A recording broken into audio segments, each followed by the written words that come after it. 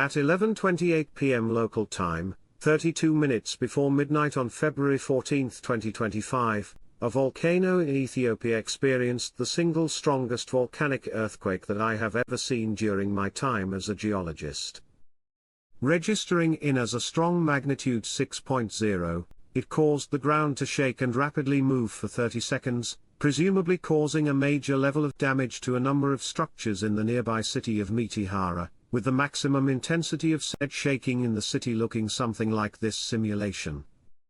All of these earthquakes occurred directly due to or in response to regional stresses from the intrusion of a massive 52.6 kilometer long and thin body of magma, presumably with a volume of around half a cubic kilometer of molten rock that stretches between the active Fentale and Dauphin volcanoes. This intrusion began all the way back on December 22 of 2024, seemingly peaked in intensity on January 4, 2025, and had been declining ever since. For reference, moment tensor diagrams are displayed through a beach ball circular representation that indicates the deformation and motion of the ground caused by an earthquake. Here are the typical moment tensors for earthquakes from thrust faults, reverse faults, normal faults, strike-slip faults, and oblique faults. These 5 types are fairly common motions that describe more than 99.99% of all earthquakes. What isn't normal is for the moment tensor to look like this, a ring. This indicates that the entire area which slipped in this latest magnitude 6.0 earthquake subsided without exception in a manner straight downwards.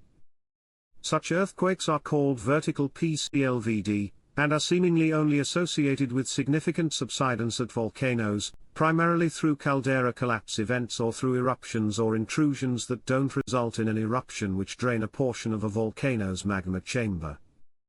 In our latest case, while we are still unable to get someone on the ground to perform an accurate measurement, it appears that at least the eastern third of the existing caldera at the Fentale volcano, which this earthquake was centered under, has subsided by as much as 8 meters or 26.2 feet.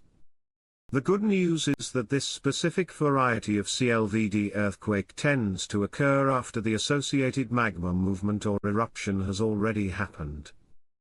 And, what do you know? The summit of the Fentale volcano has been experiencing subsidence as a portion of one or more of its underlying magma chambers drained away to the north to feed the magma dike intrusion, which is probably at around 2 kilometers depth.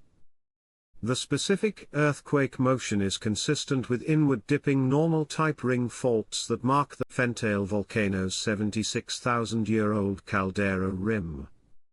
If the 8-meter subsidence figure, which is merely a modeled reasonable figure rather than a confirmed one, was to be correct, the subsidence would indicate a volume change of 15.1 million cubic meters, which is a plausible figure given the presumed contribution to the overall still slowly rising magma dike Fentale's underlying magma chamber provided.